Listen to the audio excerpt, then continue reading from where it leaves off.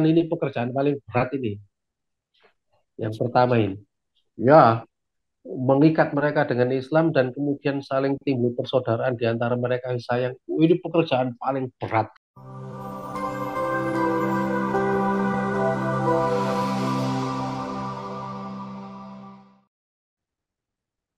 Assalamualaikum warahmatullahi wabarakatuh.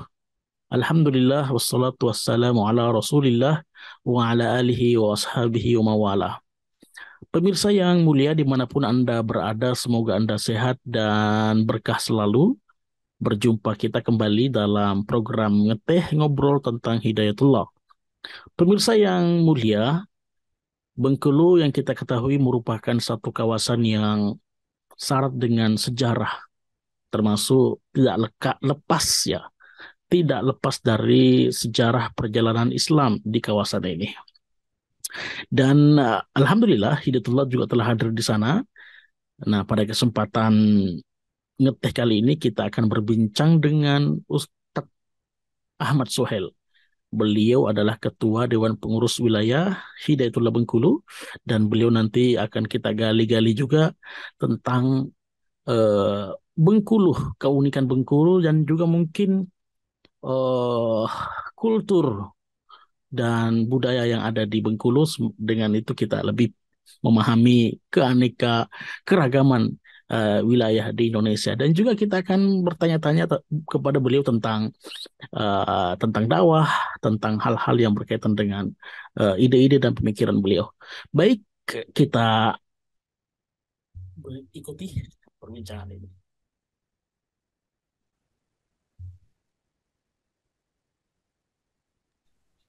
Ya, oke. Assalamualaikum Ustaz. Waalaikumsalam warahmatullahi wabarakatuh. Alhamdulillah, terima kasih Ustaz atas waktunya, telah bersedia diundang untuk menjadi tamu di Ngeteh Ngobrol Edukatif tentang Hidayatullah. Ya, Pada kesempatan ini semoga sehat selalu. amin. Insya Allah pada kesempatan ini kita akan berbincang-bincang tentang Hidayatullah Bengkulu dan nanti beberapa hal yang berkaitan dengan itu. Ustadz, gimana kabarnya Ustadz? Alhamdulillah sehat, baik. Alhamdulillah sehat. Ah, Gimana hari ini Ustadz di Bengkulu hari ini? Eh, Situasinya apakah hujan ataukah seperti di Jakarta sekarang? di Bengkulu ini tidak ada musim penghujan dan tidak ada musim panas. Artinya selalu ada hujan dan panas. Hmm, Jadi tidak ada hujan terus panas terus tidak. hmm. Ini sejak kemarin hujan. Tapi pagi gini hujan nanti siang bisa panas itu. Bisa panas sekali. Pokoknya dalam seminggu itu mesti ada hujan. Nah, begitu. Luar biasa anunya ya, apa namanya, siklus musimnya ya. Untuk Ya, kegiatan-kegiatan dakwah di sana Ustaz, seperti apa? Mungkin bisa diceritakan ke pemirsa eh, apa eh, sedikit tentang Bengkulu lah, karena saya juga termasuk yang belum terlalu jauh mengenal Provinsi Bengkulu. Karena saya tahu saya Bengkulu itu provinsi, tapi ibu kotanya juga Bengkulu. ya, ya, ya. Ya gimana Ustaz? Bisa diceritakan Ustaz, terkait dengan Bengkulu dan kiprah-kiprah dakwah di sana? Jadi Bengkulu ini termasuk provinsi yang termuda ya di Sumatera. Dan Bengkulu ini kan letaknya di tengah-tengah, ya, tengah-tengah kota Sumatera. Dan dibanding dengan kota-kota yang lain seperti Lampung, Palembang. Ini menurut orang Bengkulu sendiri ya kan saya tanya itu orang Lampung yang tinggal di Bengkulu. Dan saya tanya, benar nggak Bengkulu ini terlambat 20 tahun dibanding Lampung, terlambat 10 tahun dibanding Lampung? Saya tanya. Terus dia mengatakan, oh enggak Pak, enggak 10 tahun, tapi 20 tahun. Jadi mengalami eh, perlambatan ya tentu. Hmm. Lalu kemudian saya itu mencoba mencari tahu bagaimana sejarah Kota Bengkulu dan perkembangannya gitu ya. Ternyata eh, cukup mengagetkan. Ternyata dalam sejarahnya Bengkulu ini justru dulu menjadi pusat eh, pergerakan Islam dan juga apa namanya salah satu eh, pusat perdagangan yang sangat penting baik bagi apa namanya Inggris maupun Belanda. Hmm. Jadi saya cerita dulu ya. Iya. Jadi di Bengkulu ini ada benteng namanya Benteng Marlborough. Itu adalah benteng Inggris terbesar di dunia setelah yang ada di India, Oh, di Bengkulu ya letaknya. Bengkulu. Ya. Jadi Bengkulu ini kan dikelilingi oleh laut dan kemudian juga sekitarnya dikelilingi oleh gunung-gunung. Ya pokoknya orang kalau mau ke Bengkulu itu artinya memang mau niat ke Bengkulu. Gitu ya. Hmm. Jadi Bengkulu ini dulu termasuk pusat lada terbesar di dunia, merica. Nah, makanya sejak Inggris itu luar biasa, namanya bencolan itu dulu. Makanya di Bengkulu ini juga banyak nama-nama Inggris. Ya. Hmm. Nah, terus kemudian Bengkulu ini kemudian ditukar dengan Belanda. Itu Jadi Bengkulu ini diberikan Belanda, nah Inggris itu diberikan Malaysia kalau nggak salah. hmm. Nah dulu eh, Islam itu pertama kali bersentuhan dengan Nusantara kan lewat lewat Sumatera ya, lewat Aceh, Ya. terus Bengkulu dan segala macam. Jadi bayangkan tahun 1963 itu sudah ada konvensi nasional Muhammadiyah di Bengkulu. Muhammadiyah di Bengkulu. Ya, Muhammadiyah ya. dan memang Bengkulu ini diubah oleh Muhammadiyah Hmm. dari jalur Padang. Ya, Hmm. Padang itu Ya. jalurnya Haji Rasul itu orang tuanya Hamka. Hmm. Nah, itu jadi Bengkulu ini diubah oleh orang-orang Muhammadiyah lewat jalur Padang. Makanya Bengkulu ini sangat dipengaruhi oleh Padang, termasuk budaya dan makanannya. Hmm. Nah, terus kemudian juga diubah oleh Muhammadiyah dari Yogyakarta. Nah, Soekarno itu Dari Yogyakarta gimana ceritanya itu? kan pusat pusat Muhammadiyah kan di Yogyakarta. Hmm. Jadi dikirim oleh dai-dai dari Hmm. Mualimin di Yogyakarta. Nah, itu diubah jadi Bengkulu ini. Termasuk Soekarno itu pernah dibuang di Bengkulu ini. Iya betul. Dengan adanya Soekarno itu dulu kan Soekarno aktif bersama Muhammadiyah menggerakkan di sini. Cuma kemudian Bengkulu itu menjadi melambat kembali karena yang mengubah itu orang-orang luar. Ya. Nah begitu orang-orang ini pergi, maka Bengkulu ini melambat kembali. Ya, gitu. Makanya saya berpikir ya ini nanti jadi pijakan untuk strategi dakwah ke depan nanti ya. Jadi saya berpikir itu eh, mungkin satu-satunya cara untuk mengubah Bengkulu itu adalah dengan memberdayakan penduduk lokal, Bumi Putra. Apa namanya itu? Iya. Saya kemarin sebelum berangkat itu juga sudah dipesan oleh Ustadz Hamim dari seluruh Hidayatullah di Indonesia. Ini kan yang paling lambat itu Sumatera, Hmm. Sumatera. Ya. Eh, oleh sebab itu, beliau menyarankan agar dibangkitkan atau dididik, diberdayakan itu eh, penduduk asli Bengkulu. Ya. Makanya nanti strategi saya untuk tidak Bengkulu ya dengan cara memberdayakan penduduk lokal. Caranya dengan macam-macam caranya, bisa dididik secara secara di dalam di Bengkulu atau dikirim ke luar Bengkulu untuk kemudian kembali lagi ke Bengkulu. Nah, kayaknya Bengkulu ini dulu pusat pergerakan luar biasa loh. Ya. Bahkan tokoh-tokoh Muhammadiyah yang pertama kali diboyong ke Jakarta itu dari Bengkulu oleh Soekarno. Monas itu, Mas Monas itu dari Lebong. Rejang Lebong. Lebong itu bukan Rejang Lebong. Bukan Rejang Ada Lebong. Rejang Lebong, ada Lebong. Nah, Lebong itu pusatnya Mas. Oh, tambang ada Dan tambang. dulu dan dulu Lebong itu sebagai pusat pergerakan Muhammadiyah. Hmm. Bahkan A.R. Fahrudin itu pernah ke Muara Aman, ibu kota Lebong. Hmm. Tapi sekarang Lebong itu seperti suatu daerah yang terpencil, terisolir. Muara Aman juga nggak bergerak. Ya karena begitu ditinggal orang-orangnya itu sudah anu lagi, gitu.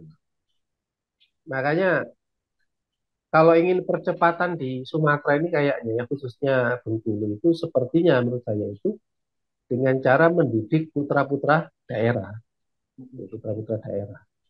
Ya. Yang mereka ini akan bikin pergerakan. Dan nampaknya yang bisa mengubah orang Bengkulu ini memang hanya Islam. Hmm. Kalau di luar Islam kayaknya sulit gitu, berat dengan karakter khasnya orang Bengkulu ini. Akar juga tidak lepas dari Islam tadi yang Ustadz katakan itu ya. Ya, Mm-mm. jadi Bengkulu. Jadi Bengkulu ini belum pernah dipimpin sebuah pemerintahan yang satu gitu, nggak pernah dalam sejarahnya. Jadi Bengkulu ini kerajaan-kerajaan kecil itu. Yang paling berpengaruh itu ya tetua-tetua adat dan gitu. Mm-mm. Kerajaan-kerajaan kecil. Ya. Dan pengaruh Islam itu ya masuk dari luar. Ya, gitu. Ya, Jadi harus begitu. Saya lagi senang mempelajari sejarah Bengkulu. kalau provinsinya sendiri apa? Provinsinya kan Bengkulu itu kalau ke kota kabupaten kotanya berapa tuh? Ada 10 kabupaten, Oh, 10 kabupaten ya. 10 kabupaten. Perjalanan paling lama itu 6 jam dari kota Bengkulu. Itu yang apa kabupaten terjauh itu. Ya terjauh di Kaur, jadi daerah Apa Bengkulu namanya? Selatan. Hampir berbatasan dengan Padang itu. Apa tadi nama? Maaf, bukan. Berbatasan dengan Lampung. Kemudian yang daerah utara itu daerah Muko-Muko, itu habis berbatasan dengan Padang. Muko-Muko. Nah dulu Islam dari Padang itu masuknya lewat jalur Muko-Muko itu. Karena Mm-mm. Muko-Muko itu dulu dianggap sebagai orang Padang sebagai serambinya Padang. Sampingnya Padang. Jadi dekat sekali di situ. Jadi ada 10 kabupaten. Perjalanan terjauh ya sekitar 6 jam sampai 8 jam lah gitu ya. Tapi jangan bayangkan seperti 6 jam 8 jam Jakarta ya. Karena ini tanpa hambatan ini, Oh, tanpa hambatan itu. Ya, tampak hambat. kalau Tampak iya nggak ada kemacetan ya. Maksudnya aksesnya juga mudah gitu. mudah, nggak ada kemacetan. Kalau Oh, apa jalanannya gimana nggak rusak tadi? nah, bagus-bagus Karena aja. video-video yang sering viral itu kan jalan-jalanan Sumatera itu. Oh, sekarang sudah bagus, Alhamdulillah. sudah bagus. Hmm. Dulu ya belum, sekarang sudah bagus. Untuk Kiprah Hidayatullah sendiri di 10 kabupaten itu sudah sampai kemana aja, Ustaz? Di seluruh kabupaten sudah ada Hidayatullah Alhamdulillah. dan sudah ada kampus-kampusnya. Hmm. Nah, jadi di Bengkulu ini ada daerah panas. Kalau di kota Bengkulu ini panas. Hmm. Nanti kalau pingin daerah dingin kayak Batu Malang itu perjalanan 2,5 jam ke arah Curup, Curup Rejang ya. Lebong. Curup itu Rejang Lebong itu. Oh, beda dengan Lebong tadi ya. Kalau Lebong kan apa ibu kota apa kabupaten sendiri ya. Ya, ibu kotanya Muara Aman, Muara Aman. Terus kalau Curup itu masuk ke daerah Rejang Lebong. Rejang Lebong. Baik, Sat. Ya, Ini kan tantangan luar biasa ya, di mana kemudian hadir di kawasan yang tadi Ustadz katakan mengalami perlambatan lah. Lalu kemudian yang sebenarnya akar sejarahnya itu sangat lekat dengan sejarah Islam, di mana kemudian Muhammadiyah sebagai organisasi tertua itu bisa kemudian sampai ke sana. Untuk saat ini seperti apa, Ustadz? Sinergi-sinergi antar elemen masyarakat dalam membangun kawasan Bengkulu ini seperti apa? Dari apa elemen berbagai kalangan elemen umat ini, sinerginya yang Ustadz lihat seperti apa? ya secara umum sih sama dengan daerah lain. Hmm. Ya, ada Muhammadiyah, ada NU. mm, Tapi memang yang paling kuat, yang lebih kuat itu di Bengkulu ini Muhammadiyah. NU juga ada, mm, pondok-pondok NU juga ada. mm, Tapi yang paling kuat itu Muhammadiyah. Ya, karena memang lebih awal dan memang para penggerak-penggeraknya itu adalah orang-orang Muhammadiyah. Ya. mm, Terus apa ya? Kalau kesimpulan saya sampai saat ini sih, ini sebenarnya persoalan persoalan ilmu ya, mm, persoalan ilmu. Karena orang itu kan bertindak sesuai dengan apa yang ada di dalam pikiran dan jiwanya. Apa yang di dalam itulah yang akan keluar. mm, Nah, Bengkulu ini kan ya mungkin karena apa namanya jauhnya ya atau lambatnya dari ilmu itu ya itu kemudian akhirnya eh, karakter-karakter itu yang ya seperti tidak peduli terus kemudian apa namanya eh, loyalitas terus kemudian masalah dunia itu menurut saya pertama itu karena persoalan ilmu ya, mm, dalam hal ini yang saya maksud ilmu itu ya Islam itu ya Al-Quran sama. mm. Jadi anak-anak muda di Bengkulu sendiri ini kan sebenarnya cukup banyak lulusan dari Mesir dari macam-macam itu. Tapi mereka di sini enggak berkembang. Mm-mm. Waktu saya tanya kenapa kok antum nggak anu, ya mereka sendiri mengatakan kalau di sini itu tidak boleh ada matahari kembar. Nah, dan dalam sejarahnya itu memang saya baca ya penghambat Mm. masalah terbesar itu dulu ada namanya kaum tua dan kaum muda, gitu ya. Kaum Mm-mm. tua dan kaum muda. Itu yang terjadi gesekan luar biasa antara kaum muda dan kaum tua ini. Karena kaum muda itu progresif, kaum muda itu progresif, kaum tua itu yang membuat lama itu. Mm. Sampai saat ini saya lihat juga masih begitu. Mm-mm. Jadi ya harus pinter-pinter di sini nih ya, di dalam Oh. berdakwah itu melihat celah-celah itu. Mm-mm. Karena memang begitu. Saya begitu karena karakter itu karena persoalan ilmu. Makanya satu-satunya peluang itu untuk mengubah mereka itu hanya dengan Islam. Iya. Dengan Islam. Iya. Eh, di antara yang mungkin ada yang unik selama kurang lebih 2 sampai 3 tahun di Bengkulu ini apa yang Ustadz temukan yang unik dari Bengkulu ini? Tapi gini, Bengkulu itu juga orang Bengkulu ini nurut. Hmm. Ketika mereka melihat bahwa orang itu layak untuk diikuti, Mm-mm. terus kemudian bisa berikan contoh, Mm-mm. itu mereka nurut itu. Ya. Kalau mereka belum melihat buktinya dan nggak ada contohnya, kemudian nggak dibuktikan itu, wah susah itu, susah itu. Gitu. Tapi kalau diberikan contoh konsisten, kemudian cukup dipercaya oleh mereka, itu mereka ikut. Dalam sejarahnya juga saya lihat begitu. Ya. Saya lihat juga begitu. Jadi kalau ada orang-orang yang punya kapasitas bagus, itu nurut. Makanya tadi saya bilang, Bengkulu ini dulu diubah oleh orang-orang luar, bukan Hmm. orang-orang Bengkulu. Diubah orang luar, yang orang-orang yang dipandang oleh orang Bengkulu mereka memiliki kapasitas dan kualitas.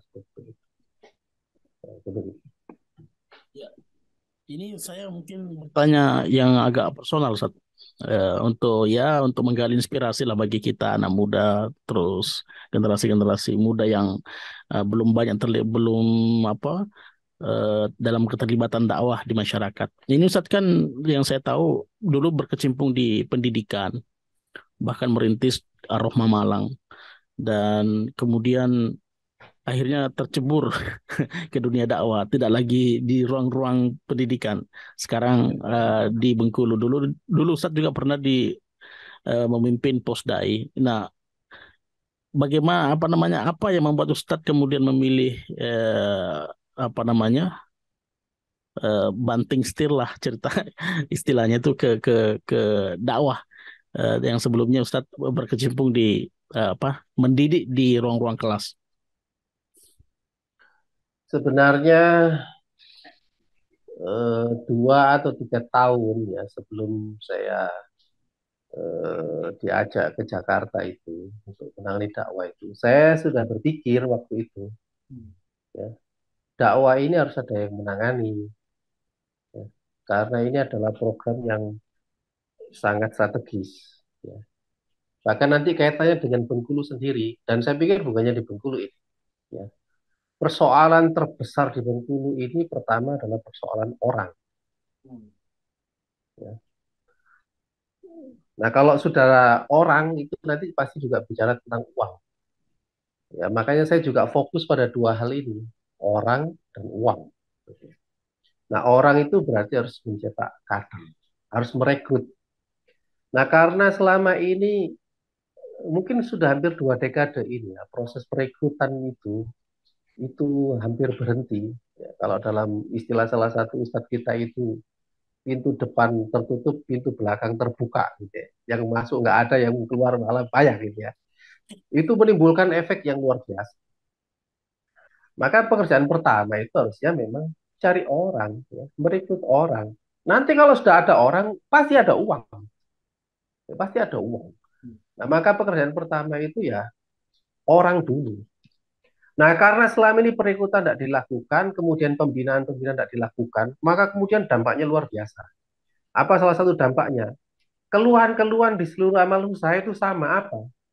Ya, mereka hanya bekerja saja, tidak punya loyalitas, ya, tidak punya kehidayatullahan, misalnya sudah bertahun-tahun di hidayatullah, tapi tidak ada itu pikiran-pikiran jiwanya hidayatullah, tidak ada berkorban gitu-gitu. Itu menurut saya, ya itu karena salah kita. Ya. Karena memang tidak dilakukan pembinaan tentang masalah itu. Pembinaan-pembinaan yang dilakukan selain ini hanya berhubungan dengan amal usaha. Ya, tidak berbicara tentang visi, misi, pergerakan, pembangunan peradaban Islam. Ini maaf ya, saya ya ini kan karena kita bicara dengan diri kita sendiri ya. Jadi slogan-slogan membangun peradaban Islam itu belum mainstream hidayatullah apa dakwah dan terus sebagai mainstream itu menurut saya itu baru baru slogan itu. Kalau kita benar-benar mengikuti Nabi itu, maka yang pertama wujudnya apa? Ya rekrutmen itu, ya dakwah itu ngajak orang itu. Itu baru benar-benar itibak Nabi.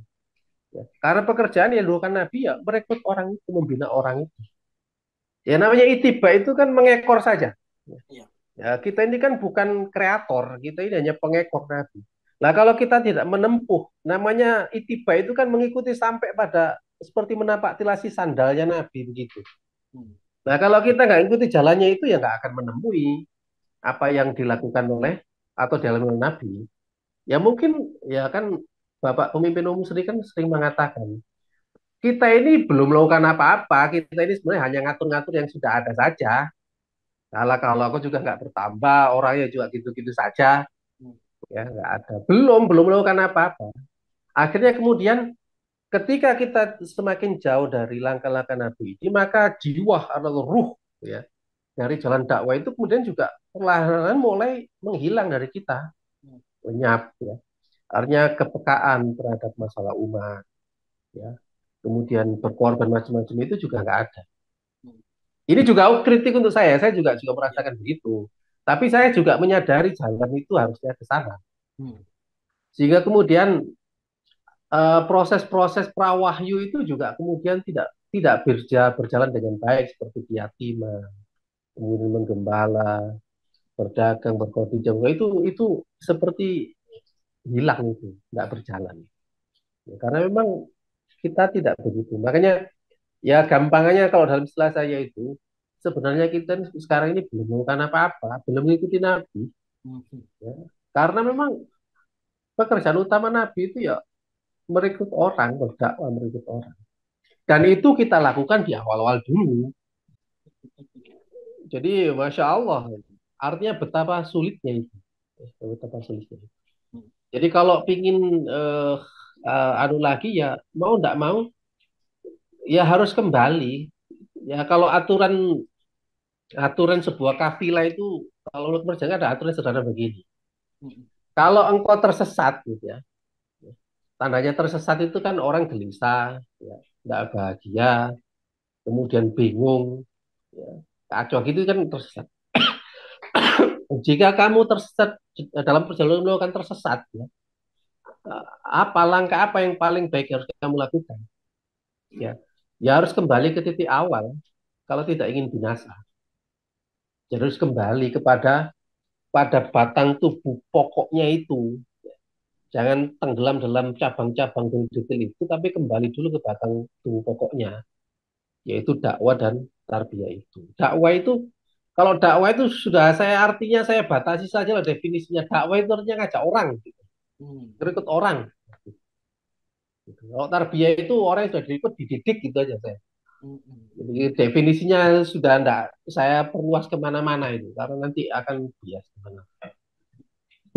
Jadi ya menurut saya begitu.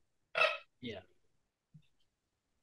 Terus kemudian ini eh, masa depan dakwah ini kan panjang sekali sampai Ya, kita mati dan bagaimana menurut Ustadz pendidikan yang ada sekarang, tarbiyah yang ada sekarang ini, kalau tadi dikatakan bahwa yang menjalani proses itu adalah yang diajak tadi, yang berhasil diajak. Bagaimana masa depan, bagaimana pendidikan kemudian di masa yang akan datang di tengah tantangan dakwah yang masih sangat besar. Apakah pendidikan ini mampu melahirkan dai-dai atau apa yang bisa kita harapkan dari pendidikan ini untuk menguatkan dakwah di masa yang akan datang. Apalagi kalau misalnya di Hidayatullah, dalam konteks Hidayatullah punya apa yang disebut dengan pendidikan integral berbasis tauhid. Bagaimana ini apa slogan ini dikaitkan dengan dakwah di masa depan?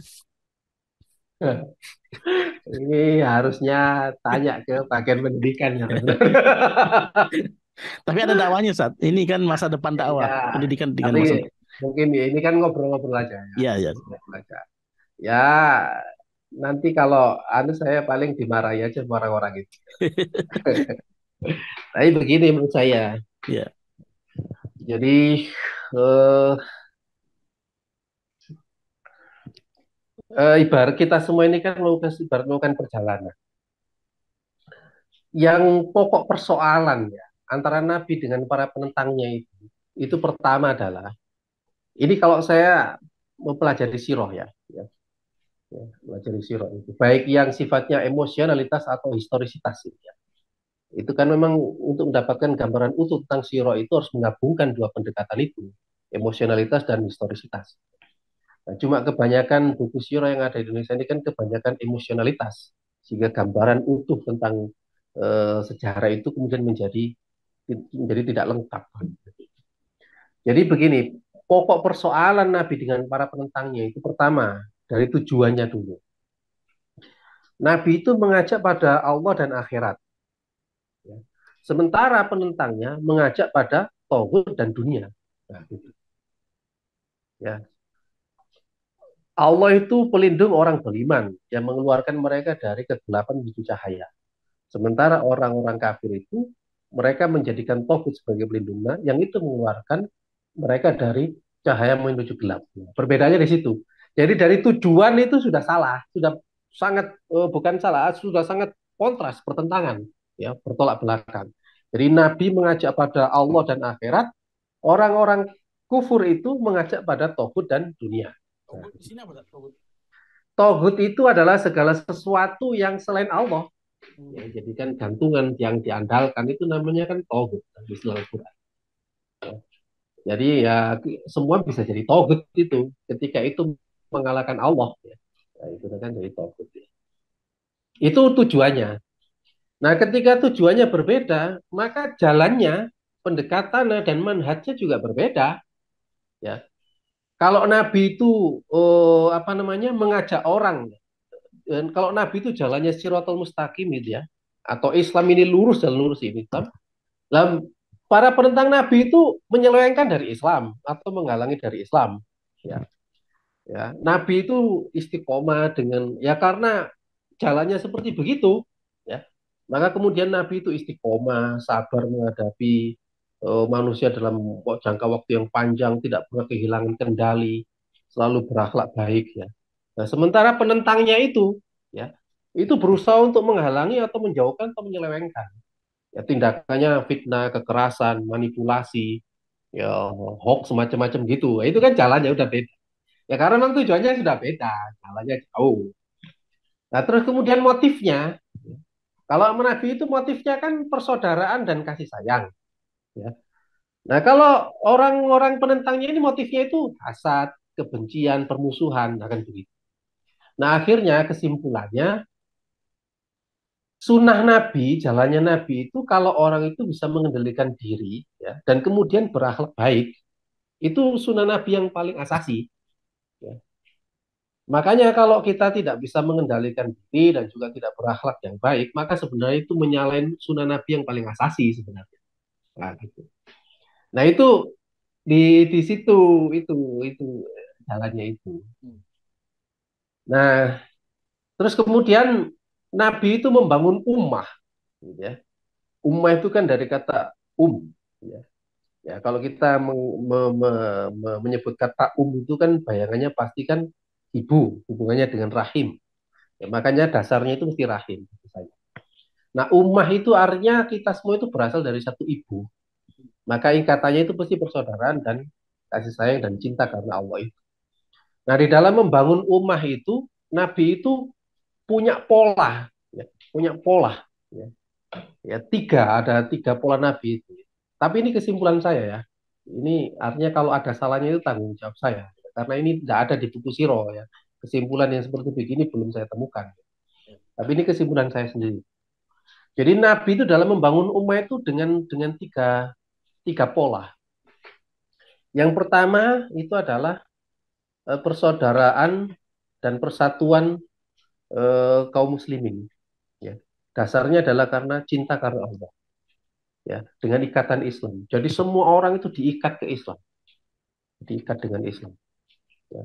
Sehingga kemudian nanti rujukannya, ya, parameternya atau batu penjurunya kalau terjadi masalah apa-apa itu kembali ke Islam, kembalikan ke Islam. Nah, kalau dan ini belum pernah terjadi dalam sejarah, ya. Dan hanya Nabi saja yang bisa melakukan ini. Sehingga kemudian orang Arab yang sejak dulu terkenal sangat egois ya, dan tidak peduli dengan orang lain dan kerjaannya saling berkelahi saja itu bisa disatukan oleh Nabi dengan cara seperti itu luar biasa. Itu prestasi paling hebat menurut saya yang bisa dilakukan Nabi. Dan saya sendiri di Bengkulu merasakan ini pekerjaan paling berat ini. Yang pertama ini, ya, mengikat mereka dengan Islam dan kemudian saling timbul persaudaraan di antara mereka yang sayang. Ini pekerjaan paling berat. Ya. Karena kan ini masih saling yang ada itu kan saling pokoknya berat lah ini pekerjaan pekerjaan manusia ini. Saya itu dikit-dikit ya, baru dikit-dikit ya, merasakan ya Allah luar biasanya Nabi. Ini ya pekerjaan luar biasa. Nah, kemudian yang kedua yaitu dengan cara syuro. Ya. Jadi Nabi itu merancang masa depan itu lewat syuro dengan cara dari wakil-wakil mereka yang terbaik. Nah, wakil-wakil ini orang-orang yang memang mengerti mengerti kaumnya, ngurusi kaumnya dan dipilih oleh mereka. Ya, kalau orang-orang yang dipilih nggak ngerti kaumnya ya nggak jalan. Nah, lewat syuro. Jadi tidak ada keputusan itu yang tidak diambil lewat syuro. Ya, dasarnya itu syuro. Kemudian yang ketiga itu adalah eh, mencetak generasi masa depan.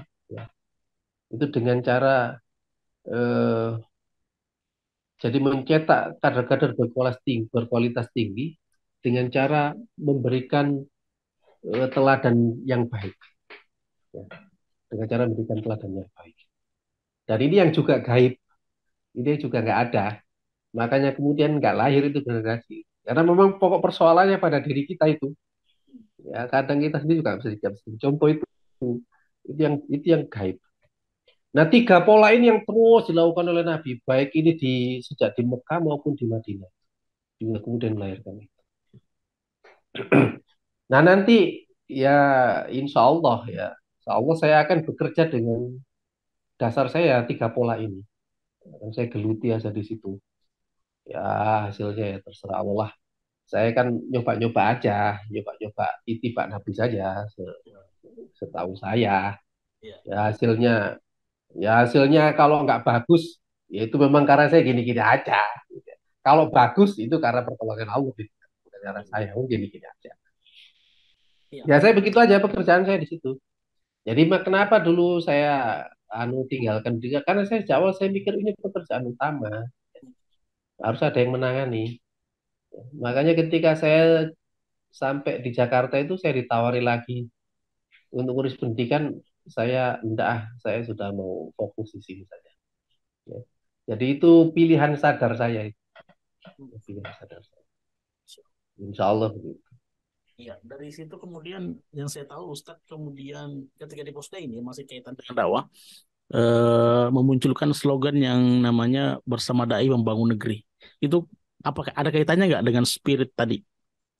Sebenarnya slogan itu bukan dari saya, Hmm. itu dari para pendahulu Posdai dan saya, Masya Allah itu luar biasa mereka itu.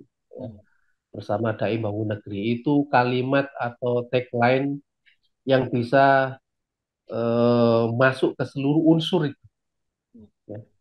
Baik itu pada orang-orang yang kental keislamannya, gitu ya, maupun pada pemerintah macam-macam itu dengan slogan itu nggak masalah itu. Itu luar biasa itu. Jadi bapak-bapak pendahulu kita itu luar biasa. Ya, daya pikirnya, daya olahannya itu luar biasa. Termasuk produk yang kedua, ya, yaitu Grand MBA itu, gerakan dalam mengajar belajar Al-Quran itu. Tidak ada cara untuk mengubah masyarakat ini sebaik Quran. Ya. Makanya sebenarnya peluangnya itu hanya lewat Quran, Quran. hanya lewat Quran. Nah, saya sekarang di Bengkulu ini memburu, ya, memburu orang-orang yang ahli di Quran. Hmm. Ya. Nah, alhamdulillah saya sekarang dapat lulusan dari Al-Azhar itu, suami istri, ya pemegang sanad ke-34 di Nalor. Nah, ini yang nanti akan jadi trigger ya untuk pergerakan Quran. Saya sekarang fokus di anu aja, di dakwah dan nangani dua itu, fokus di Quran itu. Ya. Ya, dengan pola tadi itu, ya. Tahun-tahun ini, sejak tahun ini, saya mau udah jadikan tahun dakwah lah ini, di sini. Ya, saya mau nyetak orang aja lah. Kalau membuat-buat gitu, saya sudah nggak seberapa tertarik bikin nggak tertarik. Saya orang ini aja, gitu Ya, gitu. ya, ini menarik sekali karena berkaitan dengan apa visi-visi ke depan dan memang pekerja-kerja yang besar. Ini mungkin pertanyaan yang terakhir ya. Nanti kalau ada perkembangan pertanyaan nanti mungkin saya lanjutkan. Tapi ini pertanyaan terakhir dari saya. Ustadz ini kan banyak terinspirasi dari beberapa obrolan langsung dengan Ustadz, banyak terinspirasi dengan sosok Abdullah Said. Saya nggak tahu apakah Ustadz sudah pernah ketemu langsung atau belum pernah. Saya ingin apa namanya mengetahui pandangan Ustadz atau mungkin eh apa ya pengalaman Ustadz sendiri dengan sosok Abdullah Said. Apa yang Ustadz bisa katakan terkait dengan sosok beliau? Ya, saya pernah mendengar ceramah langsung dari beliau dulu ketika di Surabaya, di Malang tahun 92, 94 itu pernah dengar. Waktu itu juga ada, waktu itu salah satunya di samping saya itu ada itu Profesor Hussein Aziz yang dulu di Hidayatullah. Hussein Aziz. Sekarang sekarang jadi guru besar di IAIN, itu kan Hmm. pakar bahasa Arab itu ya. Waktu itu Ustadz Said berceramah tentang surat Duha. Itu Ustadz Hasan Najih itu sampai terheran-heran gitu ya. Beliau mengatakan dari mana ya Ustadz Said itu kok bisa ngerti itu ya, menyampaikan itu. Padahal beliau ini kan pakar bahasa Arab ya. Hmm. Kok bisa Ustadz Said itu menyampaikan tafsir surat Ad-Duha seperti itu dari mana? Saya masih ingat itu, beliau di samping saya duduk. Tapi secara saya itu begini, menurut saya itu benar yang dikatakan oleh Habibie itu. Ustadz Abu itu adalah man of action. Jadi sebenarnya ceramah yang membuat ceramah-ceramah beliau itu menarik gitu ya, bisa menarik orang itu karena apa yang diceramahkan itu adalah apa yang sudah dilakukan, yang dirasakan. Ya. Itu berbeda dengan orang yang ceramah dari baca buku, ya, kemudian diceramahkan. Itu ibarat itu seperti mangkok saja itu, ya. Ya mangkoknya diisi, habis itu dikeluarkan, ya habis-habis. Tapi kalau apa yang dilakukan Ustadz Nur Said itu seperti sungai atau seperti sumber. Itu nggak akan pernah habis-habis. Makanya wajar kalau umumnya misalnya ceramah tentang surah Al-Alaq itu sampai puluhan tahun nggak habis-habis. Itu wajar. Jadi sebenarnya kekuatan sistematika wahyu itu justru terletak pada pengamalannya. Ya. Kalau nggak ada pengamalannya, nggak bisa dirasakan itu hanya seperti kajian-kajian biasa, nggak ada bedanya dengan yang lain. Maka sebenarnya yang di Hidayatullah itu orang itu nggak perlu tahu banyak-banyak sebenarnya tentang konsepnya itu. Misalnya ayatnya itu nggak tahu banyak-banyak. Ya. Tapi kemudian didalami, dirasakan, dihayati. Sehingga kemudian yang keluar itu bukan direka-rekan. Memang itu keluar apa yang di dalam. Dan tidak tahu ya saya ini kan cerita-ceritanya seperti Ustadz Hashim, Ustadz Hasan Ibrahim. Apa yang saya juga pernah tanya itu pada Ustadz Hasan dan juga Ustadz Hashim ya. Apa yang membuat Ustadz tertarik dulu dengan Ustadz Nur Said? Ya, yang membuat seluruh tokoh-tokoh pergerakan saya itu terdiam di hadapan Ustadz Nur Said adalah karena Ustadz Nur mengatakan ketika bertanya pada mereka, di mana Islam itu, bukti Islam itu diwujudkan itu di mana? Ya.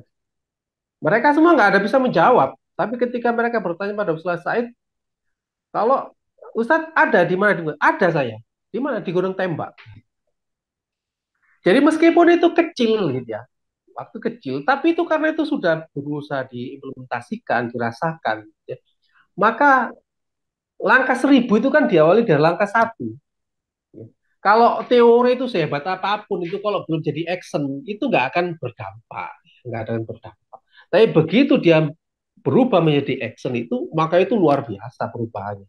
Perbedaannya jauh sekali. Nah, makanya karena ini berhubungan dengan apa namanya gaya hidup, ya, style dan sudah menjadi dirinya, gitu ya. Maka ini apa yang disampaikan itu akan selalu punya daya pikat, ya, punya daya gedor itu selama itu dijalani.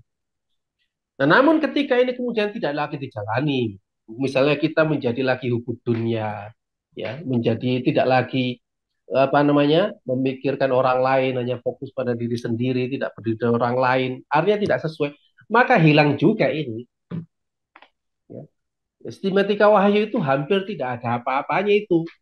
Kalau memang itu tidak dijalani dan dilaksanakan, ya. Nggak punya sama sekali nggak punya daya daya tarik itu nggak ada. Jadi sebenarnya lagi-lagi ya kan dulu status kan juga sering mengatakan ada namanya Islamologi dan macam-macam. Ya, kan beliau kan nggak begitu. Jadi memang man of action ya. Jadi orang yang bertindak.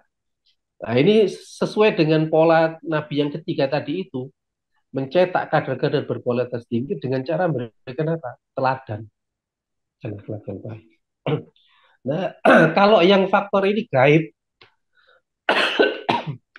ya maka kalau keinginan untuk menghasilkan apa namanya kader-kader berkualitas tinggi itu hampir mustahil gitu.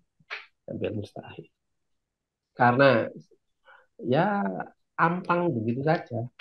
Dan ini persoalan paling berat. Saya rasa bagi saya ini juga paling berat. Ya.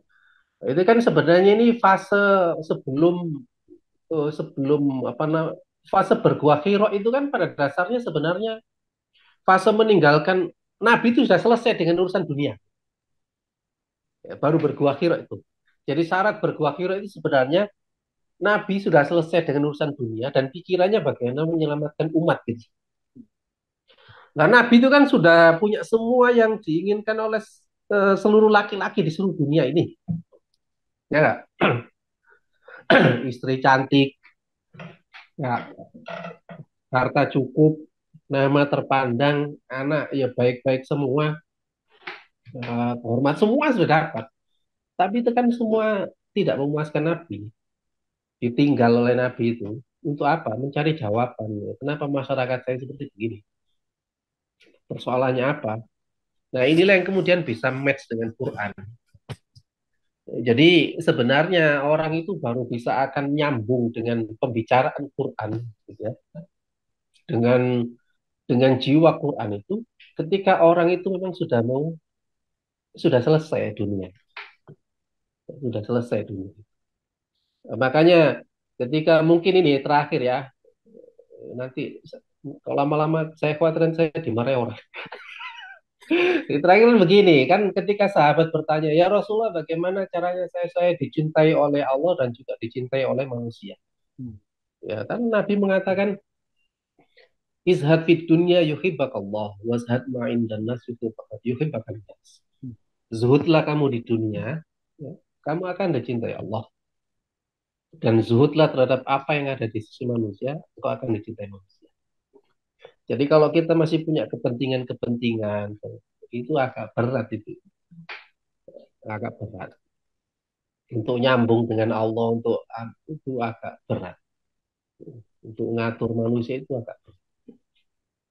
Ya, makanya ini ya Allah itu kerjaan paling berat. Ya, itu kerjaan paling berat. Masya Allah itu. Ya mudah-mudahan kita semua diberi kekuatan. Insyaallah. Ya, luar biasa. Sat. Hampir sejam ini kita ngobrol. Ya, sekitar 40 menit.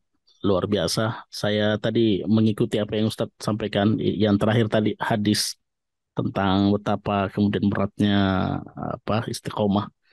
Demikianlah pemirsa semua obrolan kita bersama dalam program Ngeteh ngobrol tentang Hidayatullah bersama dengan Ketua Dewan Pengurus Wilayah Hidayatullah Bengkulu Ustadz Ahmad Suhel. Semoga perbincangan ini bermanfaat dan jangan lupa untuk like, share dan subscribe channel Hidayatullah ID atau dapat juga channel ini Anda akses melalui di pencarian YouTube dengan keyword TV Hit atau Hidayatullah ID. Terima kasih atas perhatian Anda, dukungan Anda, dan kesetiaan Anda untuk terus mengikuti channel Hidayatullah ID, channel atau channel TV Hit Hidayatullah ID ini. Terima kasih, sampai jumpa. Assalamualaikum warahmatullahi wabarakatuh.